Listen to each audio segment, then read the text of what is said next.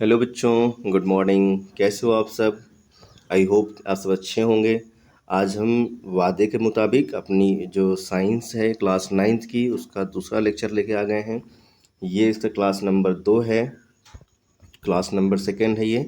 अगर आपने पहली क्लास नहीं देखी है तो पहले जाके उसको देख लीजिए। वहाँ हमने बहुत सी इंपॉर्टेंट बातें कर रखी हैं क्लास 1 पे, जो आपके लिए बहुत इंपॉर्टेंट है। ये कौन सी है? क्लास नंबर 2 है, ठीक है। और हमने साइंस के जो 3 पार्ट हैं उसमें जो फिज़िक्स, केमिस्ट्री और बायोलॉजी है, तो उसमें हमने पहले स्टार्ट किया है फिज़िक्स। इसका मतलब ये हुआ कि ये जो भौतिक विज्ञान है फिज़िक्स का, उसका चैप्टर नंबर 1 स्टार्ट करेंगे। और चैप्टर नंबर 1 है कौन सा? विज्ञान और मापन। यहाँ पे लिखा हुआ है विज्ञान और मापन, यानी कि इसको इंग्लिश में बोलेंगे साइंस एंड मेजरमेंट, ठीक है। जो क्लास है ये डुअल लैंग्वेज होगी। कैसे बेटा? डुअल लैंग्वेज मतलब हिंदी प्लस इंग्लिश दोनों। क्यों ऐसा होगा? ताकि आपको फ्यूचर में, भविष्य में बहुत फ़ायदा होगा इस चीज़ का। आप हिंदी भी जानते रहोगे और इंग्लिश भी जानते रहोगे, तो आपको बहुत फ़ायदा होने वाला है। आप अदर बोर्ड के बच्चे जो होते हैं ना, सीबीएसई बोर्ड वाले या आईसीएसई बोर्ड वाले, उनसे भी आप पीछे नहीं रहोगे और आप उनसे भी कंपटीशन में आगे निकल जाओगे, क्योंकि आपको हिंदी भी आएगी और आपको इंग्लिश भी आएगी, ठीक है। तो आइए लेक्चर को स्टार्ट करते हैं और देखते हैं आज की क्लास में क्या क्या हम पढ़ने वाले हैं। तो लेक्चर को स्टार्ट करने से पहले थोड़ा सा आपके हौसले को बढ़ाया जाए। और देखिए यहाँ पर कुछ कोट है बेहतरीन। स्टार्ट करने से पहले ज़रा सा इस कोट की हम बात करते हैं कि अभी न पूछो हमसे कि मंजिल कहाँ है। अभी न पूछो हमसे कि मंजिल कहाँ है, अभी तो हमने चलने का इरादा किया है। न हारे हैं और न हारेंगे कभी, ये हमने खुद से वादा किया है। ये हमने खुद से वादा किया है। तो बच्चों, इसी वादे के साथ क्लास को स्टार्ट किया जाए। हमने भी आपसे वादा किया था कि हम आपको क्लास 9 पढ़ाएंगे, साइंस पढ़ाएंगे। और यकीन मानिए इतनी बेहतरीन साइंस पढ़ेंगे आप, क्योंकि बहुत मज़ा आने वाली है। बहुत ज़बरदस्त साइंस पढ़ेंगे हम, ठीक है। तो अपने सभी दोस्तों को शेयर कर दीजिएगा। अच्छा, इस वीडियो को स्टार्ट करने से पहले आपकी अटेंडेंस लग जानी चाहिए भाई। अटेंडेंस क्या होगी आपकी इसमें? तो अटेंडेंस में आपको यहाँ पर सबसे पहले वीडियो को लाइक कर दीजिए, ये अटेंडेंस है। फिर नीचे एक बेहतरीन कमेंट कर दीजिए, ठीक है। वीडियो जब ख़त्म हो जाएगा, समाप्त हो जाएगा, तो एक अच्छा सा कमेंट रहिएगा अगर आपको मज़ा आ जाएगा तो, ठीक है। और फिर इस वीडियो को शेयर भी करना है आपको। शेयर कैसे करेंगे? किसी एक फ्रेंड को शेयर कर दीजिए, क्लास 9th में हो, और या अगर नहीं है तो आप इसको अपने स्टेटस में लगा दीजिए। कहाँ पर? स्टेटस में लगा दीजिए, ठीक है। तो ये आपकी अटेंडेंस होगी और ये ज़रूरी है आपको करना, क्योंकि आपके लिए हम कुछ वादा किया है हमने और वो हम पूरा कर रहे हैं, तो आपको भी इतना करना पड़ेगा, ठीक है। चलो वीडियो पे आते हैं। आ गए हम चैप्टर 1 पे। देखो ये तो हिंदी में लिखा हुआ पूरा यहाँ पर, लेकिन हम आपको हिंदी के साथ इंग्लिश पढ़ाएंगे, ठीक है। मतलब दोनों पढ़ाएंगे, यानी कि हिंदी इंग्लिश दोनों पढ़ाएंगे, जिससे आपको डुअल लैंग्वेज समझ में बढ़िया से आ जाएगा, ठीक है। अच्छा, इस कैसे इसको पढ़ना है हमने लेक्चर में समझाया था आपको, फिर एक बार समझ लीजिए। कुछ लोग वहाँ नहीं देखे होंगे तो ले जाकर देख लीजिए लेक्चर 1 कैसा समझाया था हमने। क्लास 1 हो चुकी है इसकी, वहाँ हमने कैसे पढ़ना है, क्या तरीका होगा, सब समझा दिया था। फिर भी शॉर्ट सुन लो पहले। पहले आपको इसका नोट्स नहीं बनाना है, पहले आपको लेक्चर पूरा देखना है अच्छे से बढ़िया, ठीक है। एक बार 2 बार जब आपको बढ़िया समझ में आ जाएगा, तो फिर जब समझ में आ जाए तो दूसरी बार तीसरी बार लेक्चर को ऑन कर दीजिए और फिर आराम से नोट्स बनाते रहिए। ये नोट्स बहुत काम देगा, इसको अच्छे से बना के रखिएगा आप। चलिए स्टार्ट करते हैं अपने चैप्टर को। चैप्टर 1 है विज्ञान और मापन। तो इसमें क्या क्या पढ़ेंगे आज की क्लास में हम? सबसे पहले हम पढ़ेंगे कि विज्ञान क्या है ना, यानी कि व्हाट इज़ साइंस। क्या पढ़ेंगे हम? विज्ञान क्या है, यानी कि व्हाट इज़ साइंस। सबसे पहले आज हम ये पढ़ने वाले हैं, राइट, व्हाट इज़ साइंस। इसके बाद हम पढ़ेंगे कि विज्ञान आखिर है तो विज्ञान के अंदर फिजिक्स क्या है, राइट, यानी कि व्हाट इज़ फिजिक्स, जिसको हिंदी में क्या बोलेंगे हम? भौतिक विज्ञान। क्या बोलेंगे बेटा? भौतिक विज्ञान, ठीक है। तो सबसे पहले हम यही 2 बातें करने वाले हैं कि विज्ञान क्या है और उसके अंदर फिजिक्स यानी कि भौतिक विज्ञान क्या है। तो पहले हम स्टार्ट करते हैं विज्ञान क्या है, राइट। तो इसका पहले आंसर आप सुनो, विज्ञान क्या है। देखो यहाँ पर नोट्स में लिखा भी है, एक बार पहले नोट्स में देख लो आप। यहाँ पर ये जो किताब है आपकी, उसमें यहाँ पर ये ऊपर लिखा हुआ विज्ञान, ठीक है। सबसे ऊपर देखो टॉप में लिखा हुआ है ना, यहाँ पर विज्ञान। सावधानी पूर्वक और क्रमबद्ध तरीके से, थोड़ा जूम कर दें इसको, देखो ये सावधानी पूर्वक और क्रमबद्ध तरीके से किए गए प्रयोगों और परीक्षणों द्वारा प्राप्त ज्ञान को ही विज्ञान कहते हैं। अब क्या मतलब समझो इसको आप, ठीक है। देखो एक और नया पेज लेते हैं, वहाँ समझाते हैं आपको। यहाँ पे देखो, जैसे मान लो आपसे कहा जाए कि आपसे कहा जाए कि आपको पानी जो है, आपने पानी लिया कहीं पर और उस पानी को बर्फ़ बनाना है। क्या बनाना है? बर्फ़। ठीक है, तो पानी बर्फ़ कैसे बनेगा? पहले आप पानी को किसी बर्तन में रखोगे। ठीक है, बर्तन में रखोगे, यानी पहले पानी लेके आप आओगे, कहाँ रखोगे? बर्तन में। इस बर्तन में जाओ कहाँ पर? फ्रिज के अंदर। एक फ्रिज होगी, उसके अंदर इसको जाकर रख दोगे बर्तन को। फ्रिज को ऑन करोगे, फ्रिज को ऑन करोगे। ठीक है, ऑन करने के बाद फिर वो ठंडा होगा। क्या होगा? ठंडा होगा, यानी कूल होगा। ठंडा होने के बाद यानी फिर जो पानी है वो क्या बनना? बर्फ़ बनना स्टार्ट हो जाएगा। मतलब क्या हुआ कि आपको पानी से बर्फ़ जब बनाना था तो एक प्रोसेस है इसका। क्या है बेटा? इसका एक प्रोसेस है, मतलब ये एक क्रम है। और इस तरीके से जो क्रमबद्ध तरीके से आपने इसको बनाया, इसका अध्ययन किया, तो यही क्या है बेटा? विज्ञान है। क्या है ये? विज्ञान।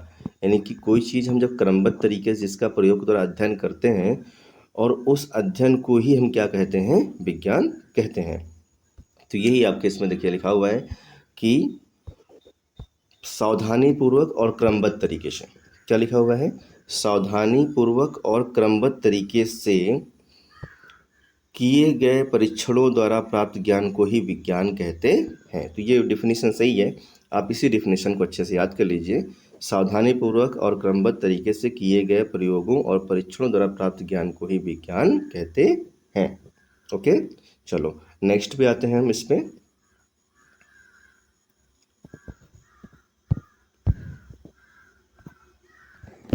चलो इंग्लिश में क्या बोलेंगे इसको हम? इंग्लिश में बोलेंगे हम सिस्टमैटिक नॉलेज। क्या बोलेंगे? Systematic knowledge and observation of anything, यानी कि जो बोल रहे हैं सुने। ठीक है, ये हम इसको लिख दे रहे हैं यहाँ पर नए पेज पे। देखो आप इसे क्या बोलते हैं हम? सिस्टमैटिक नॉलेज एंड ऑब्जर्वेशन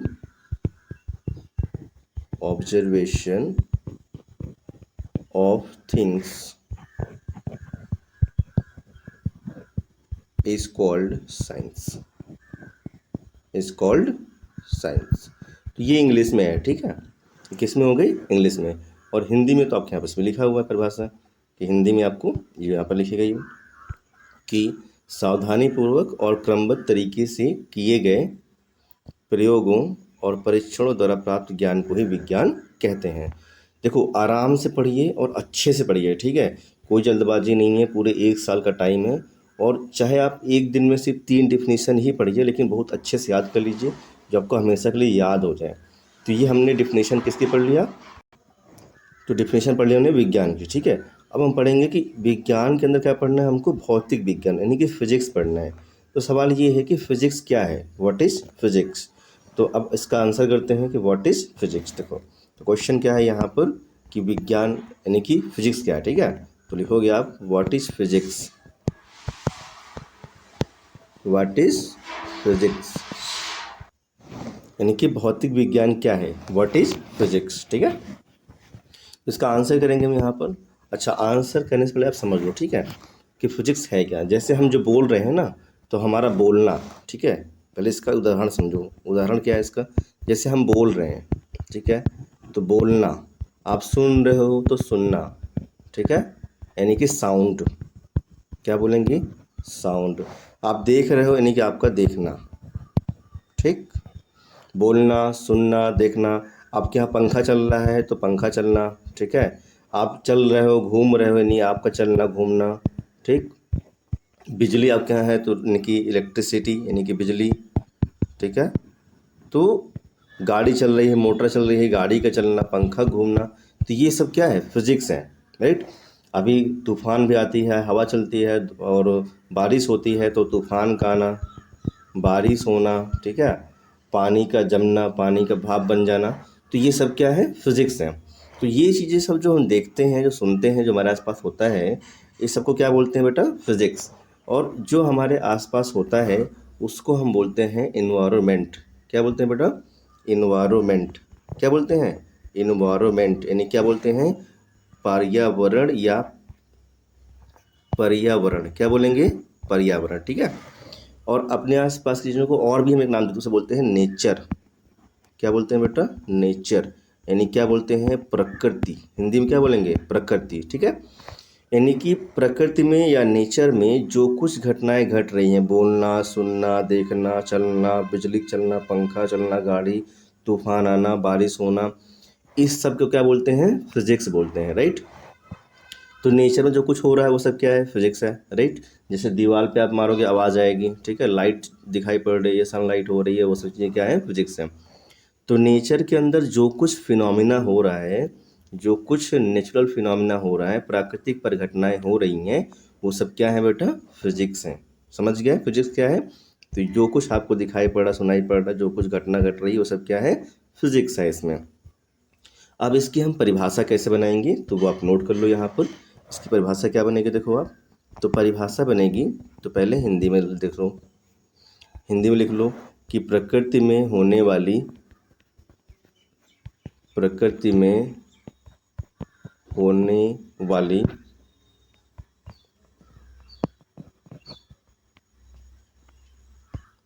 प्राकृतिक परिघटनाओं, प्राकृतिक परिघटनाओं का अध्ययन, अध्ययन फिजिक्स कहलाता है, ठीक है। इसको हिंदी में क्या बोलते हैं, भौतिक विज्ञान, फिजिक्स कहलाता है, फिजिक्स कहलाता है, ठीक है। तो परिभाषा में आप ये भी ऐड कर सकते हो कि विज्ञान की वो शाखा, यानी स्टार्टिंग में क्या ऐड कर सकते हो इसमें, आप देखो इसमें स्टार्टिंग में आप यह ऐड कर सकते हो कि विज्ञान की वो शाखा जिसमें हम प्रकृति में, इसमें स्टार्टिंग थोड़ा सा ऐड कर लीजिएगा, ठीक है। यहाँ पे बोल रहे हैं कि विज्ञान की वो शाखा जिसमें हम प्रकृति में होने वाली प्राकृतिक परिघटनाओं का अध्ययन करते हैं, उसे फिजिक्स कहते हैं। या इतना भी सही है, प्रकृति में होने वाली प्राकृतिक परिघटनाओं का अध्ययन फिजिक्स कहलाता है, ठीक है।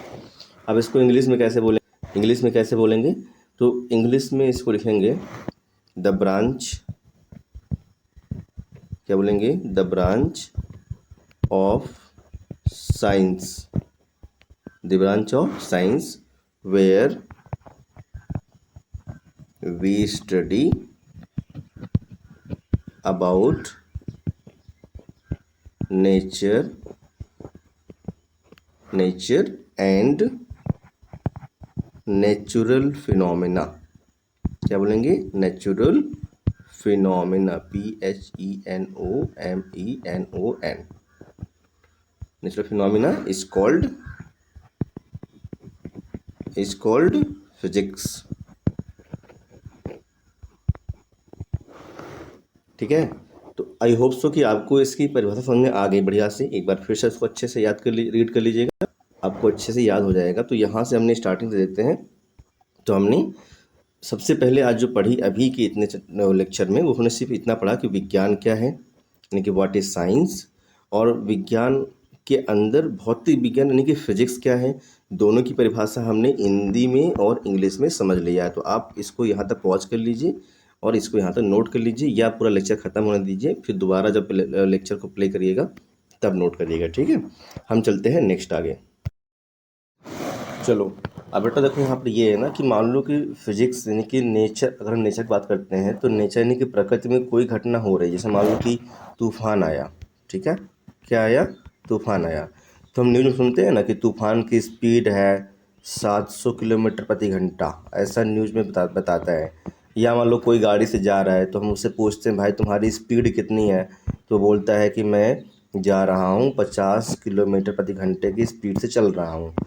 तो या मान लीजिए आपके घर में जो पंखा लगा है, उस पंखा की स्पीड कितनी है, अगर आपसे पूछें कि जो पंखा चल रहा है उसकी स्पीड कितनी है, गति कितनी है उसकी, तो अगर इसका आंसर करना होगा तो जब तक आप इसको नाप नहीं सकते, यानी जब तक पंखा की आपकी स्पीड बतानी है, तो जब तक आप पंखे की स्पीड को नापोगे नहीं किसी मशीन को लेकर, किसी यंत्र को लेकर, किसी मेजरिंग डिवाइस को लेकर के, तब तक आप बता नहीं सकते कि पंखा की स्पीड कितनी है, राइट।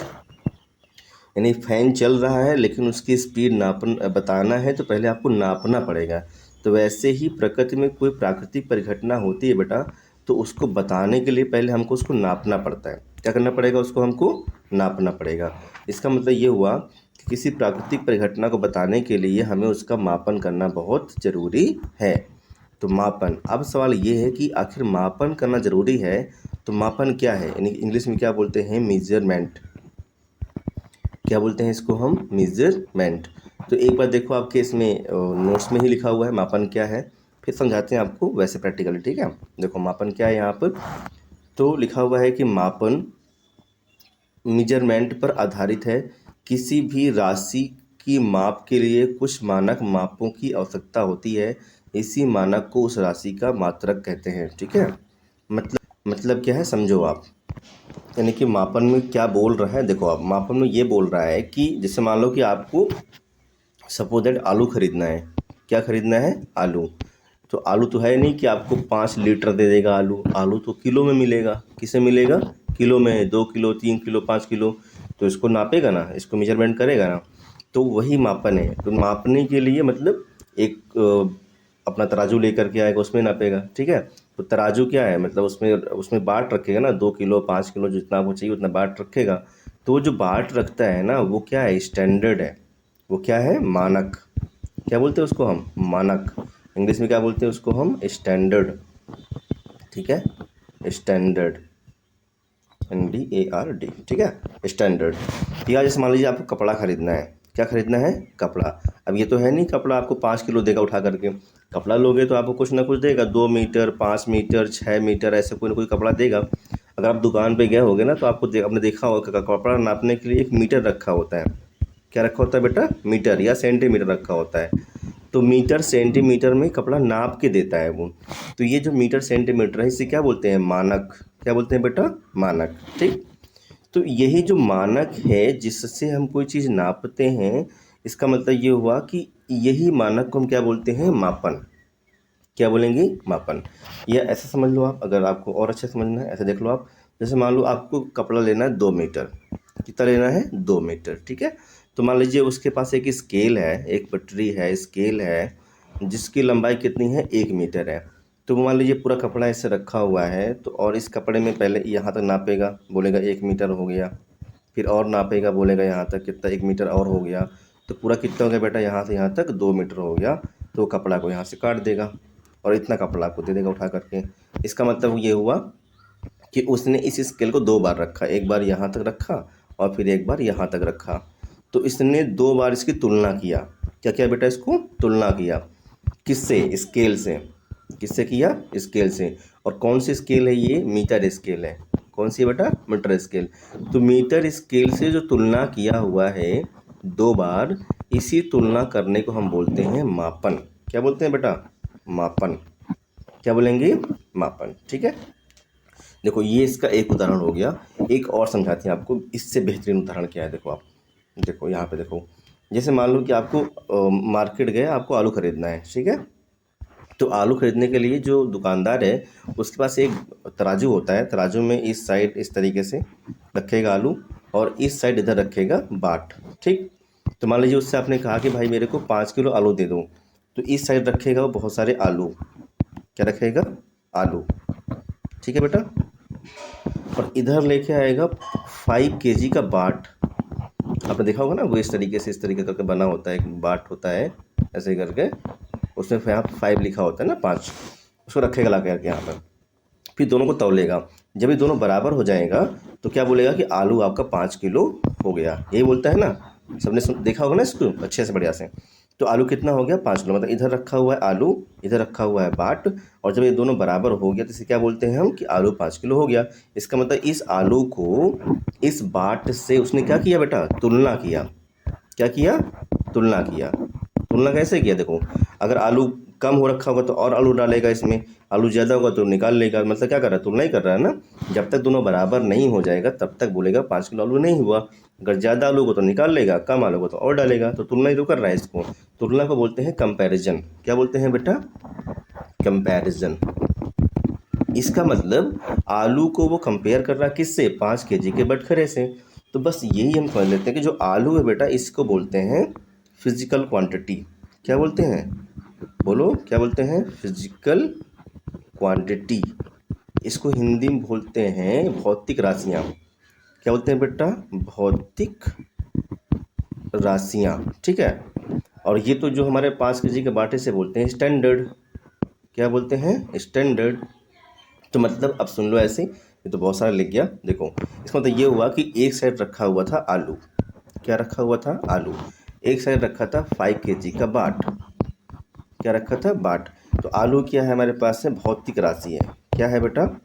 भौतिक राशि है, जिसको हमने 5 किलो खरीदने की बात की थी। और ये है क्या बेटा? स्टैंडर्ड, यानी कि ये है स्टैंडर्ड। एक मिनट, ये है बेटा स्टैंडर्ड, ठीक है, यानी कि STANDARD, ठीक है। यानी हिंदी क्या बोलते हैं? मानक। तो मापन की परिभाषा क्या बनेगी बेटा? मापन की जो परिभाषा बनेगी वो ये, अब सुनो ठीक से, ठीक है, कि किसी भी भौतिक राशि को किसी भी मानक यानी कि स्टैंडर्ड से तुलना करना। क्या करना बेटा? तुलना करना। उसे क्या बोलते हैं? मापन। अब जो बोल रहे हैं इसी को लिख लेना, ठीक है। किसी भौतिक राशि का, लिखो, किसी भौतिक राशि का किसी स्टैंडर्ड से तुलना करना मापन कहलाता है, ठीक है। किसी भौतिक राशि का किसी स्टैंडर्ड यानी कि मानक से तुलना करना मापन कहलाता है। अब इसको इंग्लिश में अगर लिखना होगा तो आप इंग्लिश में लिख लीजिए, हम यहाँ पर नोट कर दे रहे हैं। द प्रोसेस ऑफ, लिखो, द प्रोसेस ऑफ, प्रोसेस, ठीक है, process of comparison, process of comparison, comparison of physical quantity, physical quantity from standard, from standard is called measurement, is called measurement। ये इसको इंग्लिश में हो गया। तो हमने बेटा यहाँ से इसकी परिभाषा भी अच्छे से देख लिया है कि मापन क्या है, ठीक है। मापन को अच्छे से उदाहरण से समझ भी लिया बढ़िया से, और इसको इंग्लिश और हिंदी में नोट भी कर लिया। तो आप भी इसको अच्छे से नोट कर लीजिए। आज हमने आज के लेक्चर में 2 परिभाषाएं अच्छे से कर लिया कि विज्ञान क्या है, भौतिक विज्ञान क्या है, और मापन क्या है। तो आज इतना रेडी कर लीजिए, फिर नेक्स्ट लेक्चर में इसको हम और आगे एक्सप्लेन करेंगे बढ़िया से। अच्छा सुनो सुनो सुनो, ये बताओ कि ऐसा पढ़ा रहे हैं तो कैसा लग रहा है? मतलब कमेंट करो बढ़िया से, अच्छे से बताओ कमेंट करके कि कैसा लग रहा है ऐसा पढ़ाने में, ठीक है। बढ़िया समझ में आ रहा है ना अच्छे से? कोई दिक्कत तो नहीं है? कोई दिक्कत हो या कुछ आप चाहते हो कि ऐसे हम पढ़ाएं तो आप नीचे कमेंट कर दो, ठीक है। जैसा आपको चाहिए वैसा आप कमेंट कर दीजिए, वैसा आपको पढ़ा देंगे। Okay, thank you.